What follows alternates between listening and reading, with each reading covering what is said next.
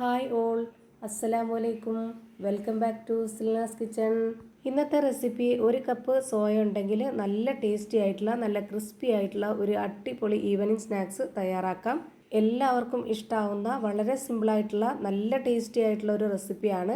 അതുകൊണ്ട് തന്നെ video skip ചെയ്യാതെ മുഴുവനായിട്ടും കണ്ടു നോക്കുക. അപ്പോൾ ഞാനിവിടെ 250 ml കപ്പിൻ്റെ അളവിൽ ഒരു കപ്പ് സോയ ഇതുപോലൊരു മിക്സിയുടെ ജാറിലേക്ക് ഇട്ട് കൊടുത്തിട്ടുണ്ട്. ഈ സോയ നന്നായിട്ട് കഴുകിയെടുത്തിട്ടുള്ളതാണ്. ഒട്ടും തന്നെ വെള്ളത്തിൽ കുതിർത്ത് വെച്ചിട്ടില്ല. കുതിർത്ത് വെക്കേണ്ട ആവശ്യമില്ല. നമ്മൾ ക്രിസ്പി ആയിട്ടുള്ള പലഹാരമാണ് തയ്യാറാക്കുന്നത്. അതുകൊണ്ടാണ് ഇതുപോലെ വെള്ളത്തിൽ കുതിർത്ത് വെക്കാതെ തന്നെ മിക്സിയുടെ ജാറിലേക്ക് ഇട്ട് കൊടുത്തിട്ടുള്ളത്. പിന്നെ ഞാനിതിലേക്ക് ഇട്ട് കൊടുത്തിട്ടുള്ളത് ഒരു ചെറിയ കഷ്ണം സബോള 4ആയിട്ട് കട്ട് ചെയ്തിട്ട് അതും ഇട്ട് കൊടുത്തിട്ടുണ്ട്. പിന്നെ ഒരു 2 അല്ലി വെളുത്തുള്ളി കട്ട് ചെയ്തതും ഒരു ചെറിയ കഷ്ണം ഇഞ്ചിയും കൂടെ ഇട്ട് കൊടുത്തിട്ട് ഇത് നന്നായിട്ട് പൊടിച്ചെടുത്തിട്ടുണ്ട്. പൊടിച്ചെടുത്ത മിക്സ് ഞാനിപ്പോൾ ഇതുപോലൊരു പാത്രത്തിലേക്ക് മാറ്റിയിട്ടുണ്ട്. നല്ല പോലെ റസ്കൊക്കെ പൊടിഞ്ഞ് കിട്ടുന്ന പോലെ നന്നായിട്ട് പൊടിച്ചെടുത്തിട്ടുണ്ട്. ഇനി ഇതിലേക്ക് ഇട്ട് കൊടുക്കുന്നത് ചിരകിയ തേങ്ങയാണ്. ഒരു 1/4 കപ്പ് അളവിലാണ് ഇട്ട് കൊടുത്തിട്ടുള്ളത്. അടുത്തതായി ഇതിലേക്ക് വേണ്ടത് വറുത്ത അരിപ്പൊടിയാണ്. വറുത്ത അരിപ്പൊടി തന്നെ എടുക്കണം. ഞാനിപ്പോൾ ഇവിടെ 4 ടേബിൾ സ്പൂൺ അളവിൽ നിറയെ എടുത്തിട്ടുണ്ട്. ഇനി ഇതിലേക്ക് 2 പച്ചമുളക്, 2 ഉണക്കമുളക്, കുറച്ച് കറിവേപ്പില ഇതെല്ലാം ചെറുതായിട്ട് കട്ട് ചെയ്ത് ഇട്ട് കൊടുത്തിട്ടുണ്ട്. ഈ വീഡിയോ കണ്ടുകൊണ്ടിരിക്കുമ്പോൾ തന്നെ സിൽനാസ് കിച്ചൺ ചാനൽ ആദ്യമായിട്ട് കാണുന്നവരും ഇതുവരെയും കണ്ട് സബ്സ്ക്രൈബ് ചെയ്യാത്തവരും പ്ലീസ് ഒന്ന് സബ്സ്ക്രൈബ് ചെയ്തേക്കണേ. ഒപ്പം തന്നെ ഈ വീഡിയോസ് നിങ്ങൾക്ക് ഇഷ്ടപ്പെടുകയാണെങ്കിൽ ഒരു ലൈക്ക് ചെയ്ത് ഷെയർ ചെയ്ത് സപ്പോർട്ട് ചെയ്യാനും മറക്കരുത്. ഇനി ഇതിലേക്ക് 2 കോഴിമുട്ട പൊട്ടിച്ചൊഴിച്ച് കൊടുക്കുന്നുണ്ട്. ഇനി അടുത്തതായിട്ട് കുറച്ച് പൊടികൾ ഇതിലേക്ക് ഇട്ട് കൊടുക്കണം. ഞാനിവിടെ 1 സ്പൂൺ അളവിൽ കാശ്മീരി മുളക് പൊടിയാണ് ഇട്ട് കൊടുത്തിട്ടുള്ളത്. പിന്നെ ഒരു 1/4 സ്പൂൺ അളവിൽ പെരിഞ്ജീരകവും ഒരു നുള്ള് ഗരം മസാലപ്പൊടിയും ഒരു നുള്ള് മഞ്ഞൾപ്പൊടിയും ആവശ്യത്തിനുള്ള ഉപ്പും കൂടെ ഇട്ട് കൊടുത്തിട്ടുണ്ട്.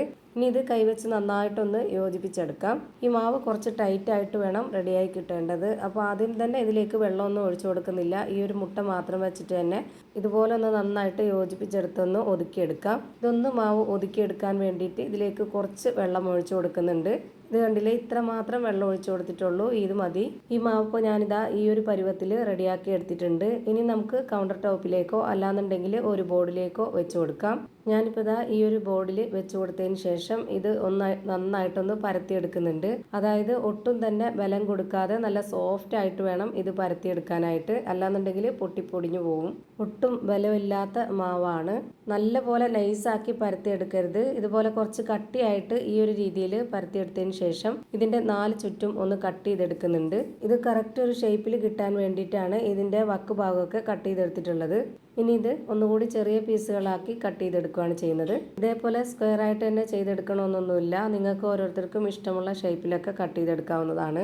ഇതിന്ന് ഒരെണ്ണം എടുത്ത് ഞാനിപ്പോൾ കാണിച്ചു തരാം. ഇതാ ഈ ഒരു പരുവത്തിലാണ് കിട്ടിയിട്ടുള്ളത്. ഇതുപോലെ വേണം റെഡിയാക്കി എടുക്കാൻ. ഇനി ഇത് എണ്ണയിലൊന്ന് ഫ്രൈ ചെയ്തെടുക്കാനായിട്ട് ഒരു പാൻ സ്റ്റൗവിലേക്ക് വെച്ച് ഫ്ലെയിം ഓൺ ആക്കി കൊടുത്തിട്ടുണ്ട്. അതിലേക്ക് ഓയിൽ ഒഴിച്ചു കൊടുത്തതിന് ശേഷം ഓയിൽ നന്നായിട്ടൊന്ന് ചൂടായി വരുമ്പോൾ അതൊന്ന് മീഡിയം ഫ്ലെയിമിലേക്ക് ഇട്ട് കൊടുത്തതിന് ശേഷം വേണം ഇത് ഓരോന്നോരോന്നായിട്ട് ഇതിലേക്ക് ഇട്ട് കൊടുക്കാനായിട്ട്. ഒരുപാട് ഫ്ലെയിമിൻ്റെ ആവശ്യമില്ല. ലോ ടു മീഡിയം ഫ്ലെയിമിൽ മാറി തിരിഞ്ഞും ഇട്ട് കൊടുത്തിട്ട് വേണം ഇത് വേവിച്ചെടുക്കാനായിട്ട്. ആദ്യം ഇട്ട് കൊടുത്തതൊക്കെ ഒരു ഭാഗം വെന്ത് കിട്ടിയിട്ടുണ്ട്. അതെല്ലാം ഞാനിപ്പോൾ തിരിച്ചിട്ട് കൊടുക്കുകയാണ്. ഈ തിരിച്ചിട്ട് കൊടുത്തതെല്ലാം ഇപ്പോൾ ഇതിൻ്റെ 2 സൈഡും ഒരുപോലെ വെന്ത് കിട്ടിയിട്ടുണ്ട്. അതെടുത്ത് മാറ്റാം. ഒരുപാട് സമയമൊന്നും വേണ്ട ഇത് വെന്ത് കിട്ടാനായിട്ട്. അതുപോലെ തന്നെ ഫ്ലെയിം കുറച്ചിട്ട് കൊടുത്തിട്ട് വേണം ഇത് വേവിച്ചെടുക്കാനായിട്ട്.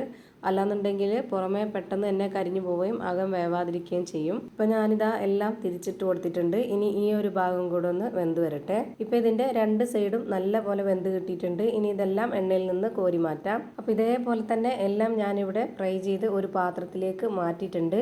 ഇത് എത്രത്തോളം ക്രിസ്പി ആണെന്നുള്ളത് ഞാനിപ്പോൾ കാണിച്ചു തരാം. അപ്പോൾ ഇതാ നല്ല ടേസ്റ്റി ആയിട്ടുള്ള നല്ല ക്രിസ്പി ആയിട്ടുള്ള ഒരു അടിപൊളി പലഹാരം റെഡിയായി കിട്ടി.